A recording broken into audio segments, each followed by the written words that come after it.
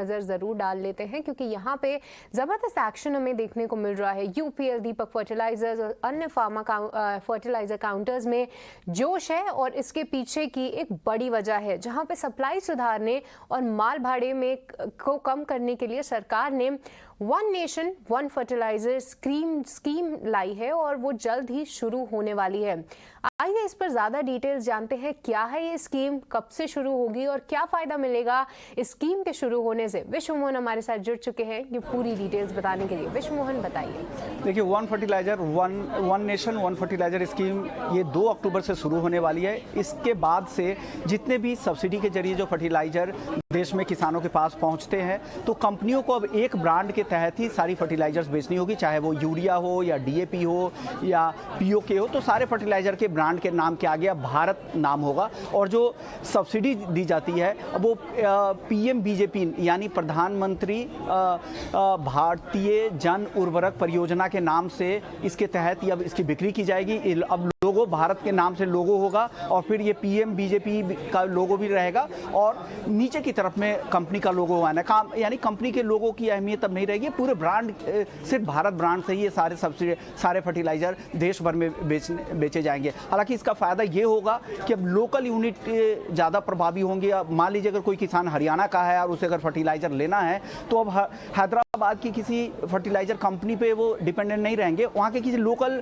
Unit से भी ले सकते हैं, क्योंकि ब्रांड जब एक हो जाएगा तो इससे लॉजिस्टिक खर्च कम हो जाएगा, सरकार पे सब्सिडी का बर्डन भी कम होगा। लेकिन कंपनियों को दिक्कत ये हो रही है कि कंपनियों को लग रहा है कि उनकी ब्रांड वैल्यू, ब्रांड इमेज पर धक्का लग सकता है। हालांकि सरकार की कोशिश यही है कि कॉस्ट कम करे और बेहतर तरीके से ज़्यादा कम कॉस्ट में किसानों के पास फर्टिलाइजर पहुंचाई जाए, ये मेन मकसद है। और इसका एक और फायदा ये होगा कि अब ज़्यादा से ज़्यादा लोकल यूनिट्स को यहाँ पर बढ़ावा मिलेगा और लोकल मैन्युफैक्चरिंग होगी और किसानों को आसानी से फर्टिलाइजर मिलेगा। तो ये कुछ ऐसे फायदे यहाँ पर आने वाले समय में देखने को मिल सकता है। 2 अक्टूबर से इसकी शुरुआत होगी, लेकिन कंपनियों को बताया गया है कि 15 सितंबर के बाद वो पुराने बैग नहीं खरीद सकते हैं और दिसंबर के महीने तक पूरी तरह से पुराने बैग को फेज आउट करना है और नए बैग जो भारत ब्रांड के नाम से आएंगे वही बैग अब फर्टिलाइजर के लिए इस्तेमाल किए जाएंगे।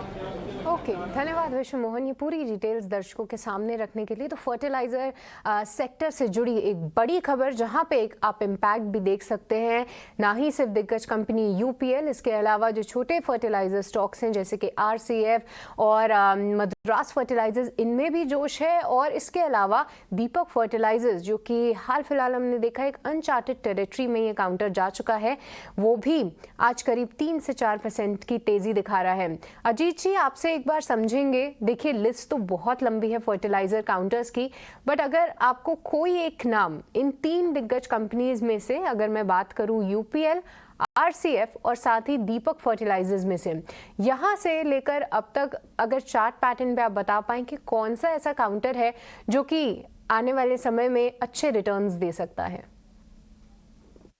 बिल्कुल, देखिए यहाँ पे आरसीएफ में काफ़ी स्ट्रॉन्ग मूव आया है पिछले 2 दिनों में और दीपक फर्टिलाइजर जैसे आपने बताया कि अनचार्टेड टेरिटरी में ऑलरेडी ट्रेड कर रहा है। मुझे लगता है कि यूपीएल में एक अच्छी अपॉर्चुनिटी है बिकॉज स्टॉक ने एक प्रॉफिट टेकिंग का फेज देखा अभी ऑफ लेट और लॉन्ग टर्म एवरेजेस करीब 740 के अराउंड पे जोन है, वहाँ रीटेस्ट करके अभी रिकवर कर रहा है। तो मुझे लगता है कि अपसाइड का पोटेंशियल है करीब 820-840 का।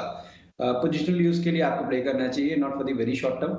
और इस पोजीशन के लिए आपको करीब 745 के अराउंड का एक स्टॉप लॉस मेंटेन करना है 820-840 के पोजीशनल टारगेट्स के लिए। ओके, तो ये थे आपके लिए फर्टिलाइजर काउंटर्स पे राय।